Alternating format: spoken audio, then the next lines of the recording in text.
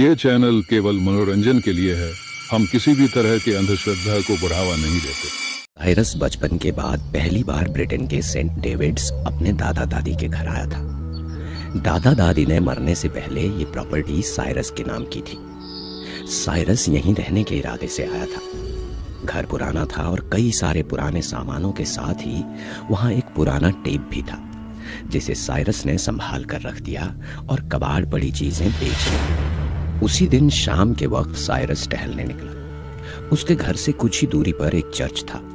उस चर्च से साइरस के बचपन की यादें जुड़ी थी। वो चर्च के पास से गुजर ही रहा था कि तभी उसकी मुलाकात फादर डिकोना से हो गई, जो उस चर्च की देखरेख किया करते थे। उन्हें देखते ही साइरस ने कहा, हो हेलो फादर डिकोना, क्या मैं आपको याद हूं?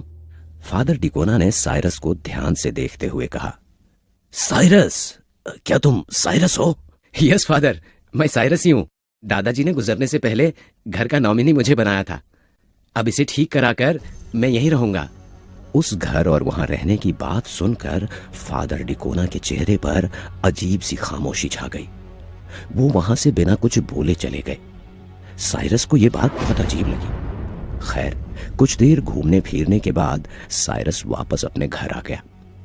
रात के वक्त साइरस बेडरूम में लेटा हुआ सोने की कोशिश कर रहा था, मगर नई जगह होने की वजह से उसे नींद नहीं आ रही थी। कुछ देर करवटें बदलने के बाद वो उठ बैठा और खुद से ही बोला, सुबह स्टोर रूम में मुझे एक वीसीआर कैसेट मिली थी, जिसे शायद दादाजी ने रखा होगा। देखना चाहिए उस कैसेट में आखिर क्या था। साइरस के दादाजी ने अपने घर में पुराने जमाने का वीसीआर प्लेयर भी रखा था। साइरस ने उस टेप को लगाकर प्ले किया और ध्यान से देखने लगा। वीडियो की शुरुआत में उसे सिर्फ अंधेरा नजर आ रहा था और कैमरे का फोकस काफी हिलडुल रहा था। पहले तो साइरस को प्रेयर जैसी कोई आवाज सुनाई दी, फिर धीरे धीरे उसमें से अजीब सी डरावनी आवाजें आने लगी। ओह गॉड, ये कैसी आवाजें हैं? इस वीडियो का मतलब क्या है? साइरस जब तक कुछ समझ पाता तब तक वीडियो में उसे एक औरत नजर आई, जिसे बेड से बांध कर रखा गया था। वो तड़प रही थी और जोर जोर से कुछ बोल रही थी। मरोगे, तुम सब मरोगे। लीना किसी को नहीं छोड़ेगी। 11 दिन, सिर्फ 11 दिन।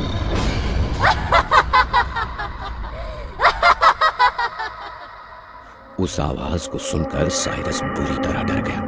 उसने फौरन ही वो टेप बंद कर दिया, मगर वो आवाज अभी भी पूरे घर में गूंज रही थी।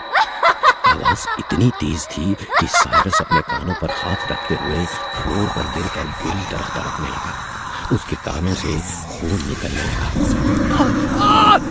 बंद करो ये आवाज, बंद करो। उसे बेहोशी जैसा महसूस होने लगा। अचानक आवाज बंद हो गई। साइरस अभी भी जमीन पर अचेत हालत में पड़ा था। वो उठने की हिम्मत कर पाता तब तक कमरे की लाइट अपने आप लपकते झपकते हुए बुझ गई और साइरस को कमरे में अजीबोगरीब काले साए नजर आने लगे, जो उसके आसपास ही घूम रहे थे। साइरस इतना डर गया था कि वो उन सायों से जोर जोर से बातें करने लगा। नहीं नहीं नहीं, मुझे छोड़ दो। मैं ये घर छोड़कर चला जाऊंगा। छोड़ दो मुझे। इतना बोलते हुए वो हिम्मत करके उठ खड़ा हुआ और फौरन ही बाहर भागा। अंधेरे रास्ते पर दौड़ते हुए उसे सामने चर्च दिखा। साइरस भागता हुआ सीधा चर्च के पीछे वाले रास्ते से अंदर दाखिल हो गया। चर्च में इस वक्त कोई नहीं था और वहां काफी अंधेरा भी था। साइरस बिल्कुल अधमरा हो चुका था। वो चर्च की एक बेंच पर बैठे बैठे ही सो गया। अगली सुबह बेंच पर सोए हुए साइरस के कंधे पर किसी ने हाथ रखा। साइरस चौंक कर उठ बैठा। उसने देखा उसके सामने फादर डिकोना खड़े थे और उन्होंने हैरानी से पूछा, ये तुमको क्या हुआ डियर चाइल्ड? साइरस अपने साथ हुई रात की घटना का जिक्र फादर डिकोना से करता चला गया और फादर डिकोना सारी कहानी खामोशी से सुनते रहे और आखिर में साइरस ने कहा, वो घर पूरी तरह से प्रेतात्माओं से भरा हुआ है फादर। ऐसी हालत में मैं वहां बिल्कुल नहीं रह सकता। फिर फादर डिकोना ने कहा, मुझे पता था वो घर श्रापित है, मगर मैंने सोचा था कि मेरी की मौत के बाद सब कुछ शायद ठीक हो गया होगा। पर मैं गलत था। कैसा श्राप फादर? क्या आप सब कुछ पहले से जानते थे? मुझे सब जानना है कि आखिर उस घर पर कैसा श्राप है। फादर डिकोना ने चर्च में लगी घड़ी की तरफ देखते हुए कहा, सब बताऊंगा साइरस। आज रात हम उसी घर में ऑकल्ट करेंगे और उस घर को हमेशा के लिए महफूज कर देंगे। मैं कुछ जरूरी सामानों का इंतजाम करता हूं, तब तक तुम मेरा यहीं इंतजार करो। इतना बोलकर फादर डिकोना वहां से चले गए और साइरस रात होने का इंतजार करने लगा। रात के तकरीबन 1 बजे फादर डिकोना और साइरस उसी कमरे में जमीन पर बैठे हुए किसी तरह की ऑकल्ट आर्ट करने जा रहे थे, जो कि एक तरह की तंत्र क्रिया थी। जमीन पर बकरे के ताजे खून से एक स्टार बना था, जिसके हर कोने पर एक कैंडल रखी हुई थी और उसके बीचों बीच एक इंसानी खोपड़ी। फादर डिकोना साइरस को बता रहे थे, आज से लगभग 50 साल पहले तुम्हारे दादाजी यानी मिस्टर फ्रैंक और मैरी उस घर में रहने आए थे। तुम्हारी दादी एक मेंटल असाइलम में जॉब करती थी और अक्सर मानसिक तौर पर बीमार लोगों की केस स्टडी के लिए वहां से उनकी वीडियो टेप लाती थी। एक रात वो अपने साथ लीना की टेप लेकर आई, जो कि एक जादू टोना करने वाली महिला थी। लीना की आत्मा ने ही इस घर पर कब्जा कर रखा है और जो भी यहाँ रहने आएगा वो 11 दिन से ज्यादा जिंदा नहीं रह पाएगा। इतना सब सुनकर साइरस काफी डर चुका था। हमारे पास ज्यादा वक्त नहीं है और इस ऑकल्ट आर्ट को सीमित समय में करना होगा। फिर एक बड़ा सा शीशा देते हुए फादर डिकोना बोले, ये शीशा तुम्हें पकड़ कर रखना होगा। मैं लीना की आत्मा के साथ साथ इस घर में मौजूद सभी प्रेतात्माओं को इसमें कैद करूंगा। ध्यान रखना, कुछ भी हो जाए मगर ये शीशा मत छोड़ना। साइरस शीशे को पकड़कर बैठ गया और फादर डिकोना ऑकल्ट करने लगे। कुछ ही देर में कमरे की लाइट्स अपने आप लपकने झपकने लगी और साथ ही साथ कमरे में अजीबोगरीब धुएं जैसे साए नजर आने लगे, जिन्हें देखकर साइरस डर रहा था, मगर उसने शीशे को मजबूती से पकड़ रखा था। कुछ ही देर में वो साए होली प्रेयर के प्रभाव से एक एक करके शीशे की तरफ खींचने लगे, मगर शीशे में घुसने से पहले वो साइरस का चक्कर लगाने लगे। साइरस काफी डरा हुआ था। फादर, मुझे डर लग रहा है, तो प्लीज प्लीज कुछ कीजिए। फादर डिकोना ने उन सायों की तरफ देखते हुए अपनी आंखों से इशारा किया। उन्होंने साइरस को पकड़ लिया और उसे हवा में उठाने लगे। साए साइरस को इतनी जोर से जकड़ने लगे कि वो दर्द की वजह से बुरी तरह चीख पड़ा। फादर, बचाइए! अब बचना कैसा डियर सन? जहां तेरे दादा और दादी को भेजा वहीं तुझे भी भेजूंगा। वो मनहूस टेप तो तूने भी सुना है।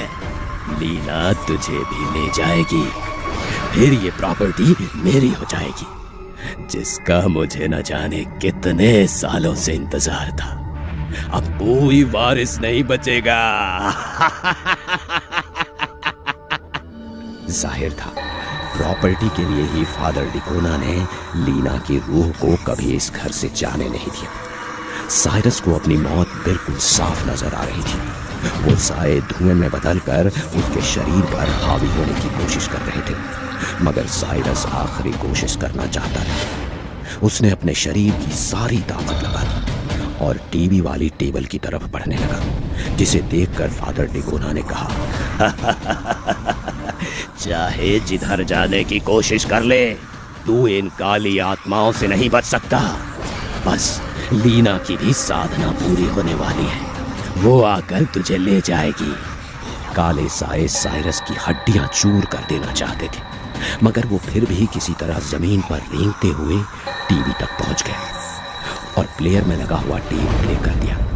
लीना की आवाज पूरे कमरे में गूंज गई, जिसे सुनकर पहले तो फादर डिकोना बौखला गया, मगर फिर डरते हुए बोला, ये क्या कर दिया तूने? ग्यारह दिन। ये तो लीना की आवाज है। साइरस अपने कान बंद कर जमीन पर लेट गया। अगले कुछ पलों में कमरे में एक अजीब सी मनहूसियत छा गई। जिन सायों ने साइरस को पकड़ रखा था उनकी पकड़ कमजोर पड़ चुकी थी। कमरे में साइरस को किसी औरत के पैर दिखे जो कि अजीब सी आवाज निकालते हुए फादर डिकोना की तरफ बढ़ रही थी। कमरे की लाइट अपने आप बुझ गई और फादर डिकोना दर्द से कराह उठा। नहीं, मुझे छोड़ दो, माफ कर दो। फादर डिकोना की चीख से वो घर गूंज गया। साइरस उठने की हालत में नहीं था। वो अधमरा जमीन पर ही पड़ा रहा। साइरस दर्द से कराहता हुआ उठ बैठा। उसने देखा कमरे में सब कुछ सामान्य हो चुका था। लीना फादर डिकोना को लेकर हमेशा हमेशा के लिए उस शीशे में समा चुकी थी जिसमें लीना फादर डिकोना के साथ साथ कई काली आत्माएं कैद हो चुकी थी। साइरस ने वो शीशा तोड़ दिया। साइरस ने एक पुराना श्राप खत्म कर दिया था।